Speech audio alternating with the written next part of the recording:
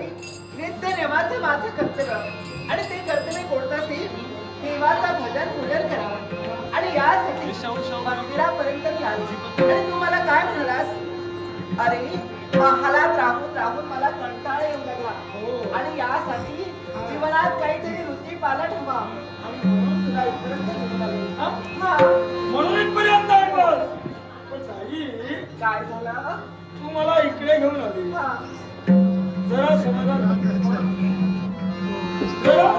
वाटलं पण यावेळी पूर्ण समाधान झालं नाही अरे समाधान होणार तरी कधी पूर्ण समाधान केव्हा होणार तर यावेळी हे अरण्य आणि या अरण्याच्या ठिकाणी मुक्त संचार काय बोलतेस तू मुक्त संचार बाबाने तुझी जबाबदारी सापडत माझ्यावर सोपवली मी तुला कुठेही पाठवून देणार नाही बाबांचा शब्द मी बोलणार नाही कारण ती आज्ञा झालं आहे बाबांचा शब्द बोलू नको तू माझी लाडकी बहीण आहे एवढं हो आहे मी नाही म्हटलं का पण तरी सुद्धा मी तुला यावेळी कुठेही पाठवून दिला नाही तो गरुड कधी केव्हा येईल सांगता येत नाही पण जर आला तर चटकन तुला उचलेल आणि कुठं घाबरू नका तू आहेस ना मी आहे तू आहे ना मी कुठेही लांब जाणार नाही अगदी जवळ हाकेच्या अंतरावर मी असणार जवळपासच असणार नक्की ना शोधायला लावायची गरज चिंता नको तुझी भक्ती पूर्ण होण्यापूर्वी बरं बरं लवकर जा आणि लवकर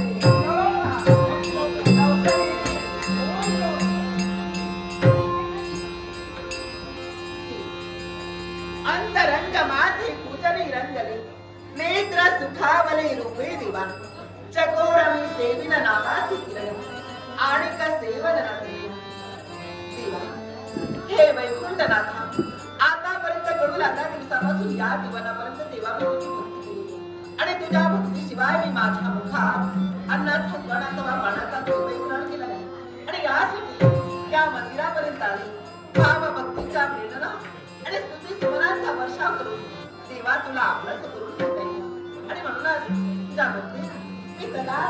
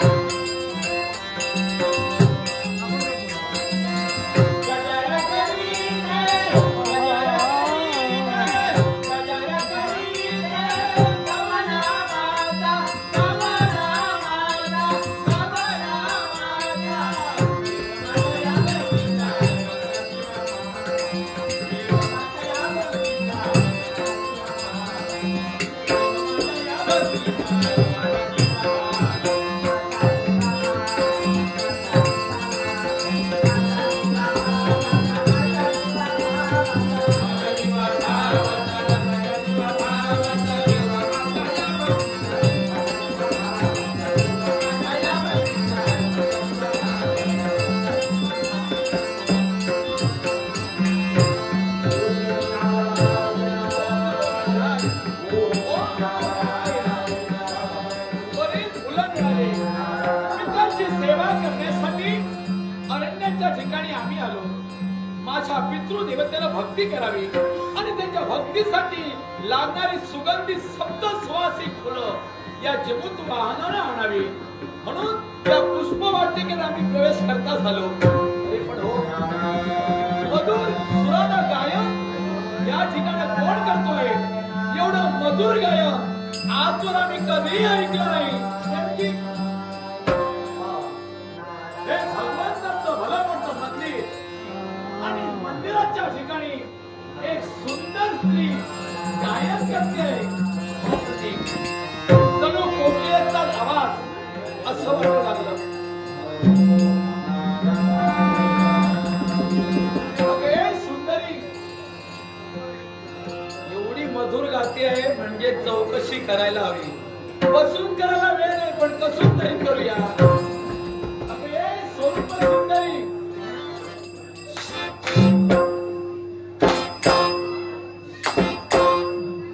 एवढी हाका देतो, टाळ्या वाजवतो, बोलत नाही म्हणजे ही बहिरी असायला हवी. दिसायला तर फार सुंदर आहे, तापेकडे नाग आहे, गुलाबाच्या बांधीप्रमाणे ओढ आहे, परमेश्वराची एवढी भक्ती. नाही नाही, मला वाटतं घरीचं भांडण झालं असावं आणि भांडणात तिच्या आई वडिलांनीचं खंडन केलं असावं. ती देवाला सांगते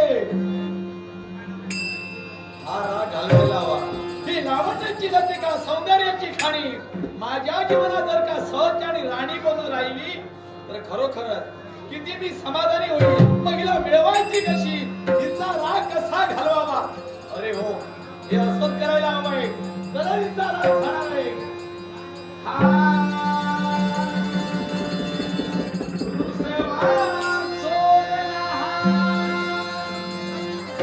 सोड अबोला, किती नाकावर राग असेल काय नाही.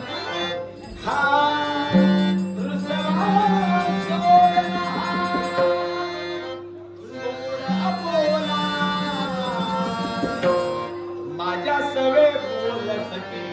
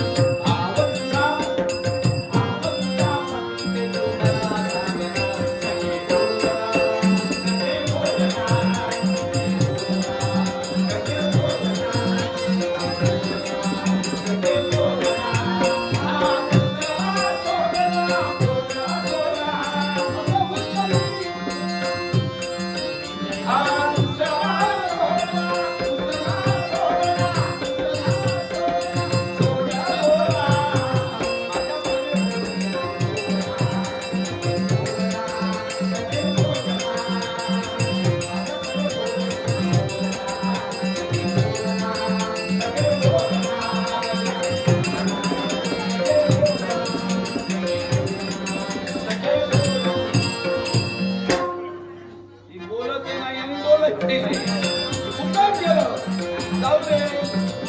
आता तिला जर उठायचं नसेल, आमचं प्रेम भावना जर तिला कळत नसेल, तर इथं बोलत राहून गात राहून काय उपयोग आहे. मिळालेली पुष्प घ्यावी आणि पूजनासाठी जावी.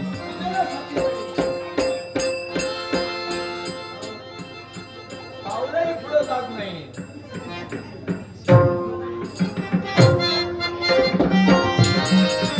काय करू? आता मात्र शेवटचा पर्याय असंच करावं.